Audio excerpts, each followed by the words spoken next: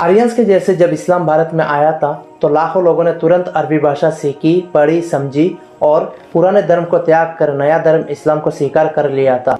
अस्सलामु अलैकुम रहमतुल्लाहि व बरकातुहू। Welcome to my YouTube channel stand for piece.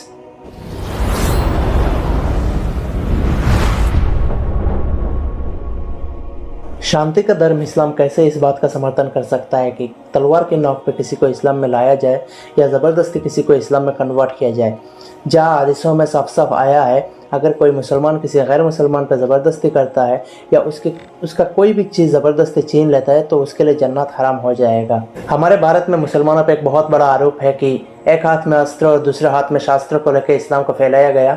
तो आइए आज हम ये जानने की कोशिश करते हैं कि क्या सच में इस्लाम तलवार की नोक पे फैलाया गया या लोगों ने किसी दूसरे कारण की वजह से निज इच्छा से इस्लाम को अपनाया था। आर्यंस के जैसे जब इस्लाम भारत में आया था तो लाखों लोगों ने तुरंत अरबी भाषा सीखी, पढ़ी, समझी और पुराने धर्म को त्याग कर नया धर्म इस्लाम को स्वीकार कर लिया था। ये बात बिल्कुल ही गलत है, ये बात बिल्कुल ही झूठ है और कोई लॉजिकल बात नहीं है, क्योंकि उस समय ज़्यादातर लोग अनपढ़ थे और धर्म सिर्फ कुछ मुट्ठी भर ब्राह्मणों के अधीन था। अब ब्राह्मणों को धर्म के बारे में पढ़ना, लिखना या उसके बारे में चिंता करना का भी अधिकार नहीं था। ऐतिहासिक सुरजीत दासगुप्ता जी ने लिखा है, हमने देखा है भारत में इस्लाम आने से पहले से ही अरब व्यापारी मलाबार के तट पर बस गए थे। वो व्यापार की शांति व्यवस्था बनाए रखना आवश्यक मानते थे, इसीलिए वो वहाँ के स्थानीय राजाओं का मदद करते थे।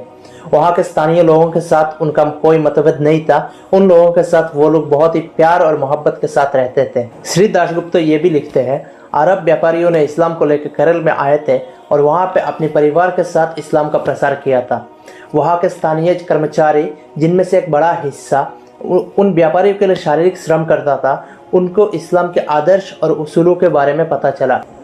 उनको एक ऐसे धर्म ग्रंथ के बारे में पता चला जो कहता है लोग अलग अलग जातियों में पैदा होते हैं, लेकिन लोगों का मूल्यांकन जन्म से नहीं उनके कर्म और चरित्र के हिसाब से किया जाता है। जाति पीड़ित केरल के लोगों ने इस्लाम के बेहतर मनुष्य के रूप में रहने की पुकार सुनी और अपनी निज इच्छा से इस्लाम को अपनाने लगे। उन्होंने ये भी लिखा है, जब केरल की जनता ब्राह्मणवाद के व्यवहारिक पहलुओं के दबाव में मनुष्य के रूप में अपनी पहचान भूल रही थी, तब इस्लाम का आगमन हुआ था। उन्होंने बड़े उत्साह के साथ इस्लाम को अपनाना शुरू कर दिया था। श्री दासगुप्ता ने कहा, बंगाल के बुद्ध की तरह दक्षिण भारत में जैनियों पर शैव हिंदू द्वारा अत्याचार किया गया था। तमिल पुराण में उल्लेख है कि एक दिन में 8000 जैनियों को सूली पर चढ़ाकर हत्या कर दिया गया था और यह घटना श्रीरंगम के राजा के द्वारा किया गया था। इसी राजा पे क्रोधित होकर स्वयं रामानुज 1096 साल में मैसूर के राजा विष्णुवर्धन के शरण में चले गए और इसके बाद वो 20 साल तक वो श्रीरंगम की तरफ देखे भी नहीं। रामानुज का श्रीरंगम से भागना या चले जाना भारतीय इतिहास में एक बहुत ही महत्वपूर्ण घटना है, लेकिन इतिहासकारों ने इसे लोगों के सामने लेके आना या लोगों के सामने बताना जरूरी नहीं समझे। बस कुछ मुट्ठी भर इतिहासकारों ने इसे पुनः प्राप्त करने की कोशिश की। पुरोहित और ब्राह्मणवाद के बारे में लिखते हुए श्री दासगुप्ता ने लिखा है, शूद्रों को छूने के बाद सभी वस्त्रों के साथ नहाने का और उपवास करके शुद्धिकरण का प्रथा था। प्राचीन इतिहासकारों द्वारा चंडाल को अच्युत के रूप में दिखाया गया है। तत्कालीन समाजवादियों ने कुछ कदम आगे बढ़कर यह घोषणा की, चंडाल को देखना या उससे बात करना या उसकी छाया को भी देखना पाप समान है। यहाँ तक कि नहीं, वो लोग बुद्ध, जैन और नास्तिक इन सब को अच्युत के रूप में देखते थे। आज अगर कोई मुझे ज़बरदस्ती जय श्री राम कहने के लिए बोले, या हो सकता है ज़बरदस्ती वो मुझसे बुलवा भी ले, लेकिन ये सिर्फ मेरे ज़ुबान तक सीमित रहेगा, ना कि मेरे मन तक पहुँचेगा। वैसे ही अगर मैं किसी को ज़बरदस्ती अल्लाह अकबर कहने के लिए बोलूँ या ज़बरदस्ती उससे बुलवा भी लूँ, तो वो सिर्फ उसके ज़ुबान तक सीमित रहेगा, ना कि उसके मन तक पहुँचेगा। अगर इस्लाम को ज़बरदस्ती तलवार के नोक पे फैलाया गया था तो लोगों के दिल तक कैसे पहुँचा, ये सोचने की बात है। शैन राजाओं के समय में कुछ मुट्ठी भर ब्राह्मण बहुत ही शक्तिशाली हुए थे।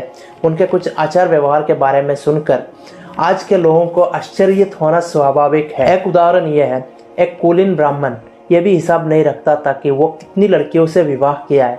हालांकि उनमें से कुछ ये हिसाब रखते थे उनको दहेज में कितना मिला है, उनके ससुराल से क्या क्या सामान मिला है, इस चीज़ का लिस्ट बनाकर रखते थे। और ये बात मैं नहीं, विनय घोष के ईश्वर चंद्र विद्यासागर बुक के 120 नंबर पेज पर लिखा गया है। श्री घोष ये भी लिखते हैं, जब कोई कुलीन दामाद अपने ससुराल में जाता था तो उनके सम्मान के लिए उनके ससुर को कुछ पैसा या फिर कुछ उपहार देना पड़ता था। इस प्रथा के परिणाम स्वरूप विवाह एक बहुत ही आकर्षक पेशा बन गया था। यदि किसी ब्राह्मण की 30 पत्नियां होती तो वो हर महीने अपने ससुराल जाकर अच्छा खाना खाकर उपहार प्राप्त करके उसका पूरा साल गुजार सकता था। ये सुनकर शायद किसी को लग रहा है ये बहुत ही आदिम समय का है, लेकिन यह घटनाएं ईश्वर चंद्र विद्यासागर के समय काल में घटी थी। इसीलिए 1867 में उन्होंने भारत के लेफ्टिनेंट गवर्नर को बहुविवाह को कानून द्वारा समाप्त करने के लिए दरखास्त किया था। उन्होंने ये भी कहा था कि ये रीति रिवाज हिंदू धर्म में नहीं है, ये बस मनगढ़ंत कहानी है। और सबसे इम्पोर्टेंट बात, खुद ईश्वर चंद्र विद्यासागर ने 1871 और 1873 में 2 बुक लिखे थे, जिनमें उन्होंने कई धर्म ग्रंथों से कई उदाहरणों के साथ ये साबित किया था कि कौलिन्य प्रथा या फिर कौलिन ब्राह्मणों के बीच उच्च जातियों की बेटियों को दान देने की जो विशेष परंपरा है, उसके पीछे कोई धर्मीय विधान नहीं है। इख्तियारुद्दीन मोहम्मद बख्तियार खिलजी ने सिर्फ 17 घुड़सवार को साथ में लेके पूरे बांग्लादेश पर विजय प्राप्त की थी। और ये बांग्लादेश आज के बांग्लादेश नहीं है। वेस्ट बंगाल, त्रिपुरा, असम के कुछ एरिया, बिहार के कुछ एरिया और आज के पूरे बांग्लादेश को मिला के अखंड बांग्लादेश कहा जाता था। इख्तियारुद्दीन का घटना ऐतिहासिक सच है, लेकिन इतिहासकारों के हिसाब से ये कोई युद्ध नहीं था। जनता में राजा के प्रति घृणा, क्रोध और आक्रोश इतना अधिक था कि घुड़सवारों को उनके तरफ से कोई रुकावट नहीं मिली। जब वो लोग घोड़े व्यापारियों के रूप में प्रवेश किया था तो खुद प्रजाओं ने राजा को उकसाया था घोड़ा खरीदने के लिए, और राजा भी कुछ बिना सोचे समझे घोड़ा खरीदने चला गया। और इतने में इख्तियारुद्दीन के सैनिक महल में घुस गए थे और वहां पे भी महल के सैनिकों के द्वारा कोई रुकावट नहीं मिला। अगर ऐसा है तो ये भी हो सकता है कि ब्राह्मणवाद, कौलिन्य प्रथा, जातिवाद, इन व्यवस्थाओं से तंग आकर देशवासी किसी बाहरी शक्ति का प्रतीक्षा कर रहे थे।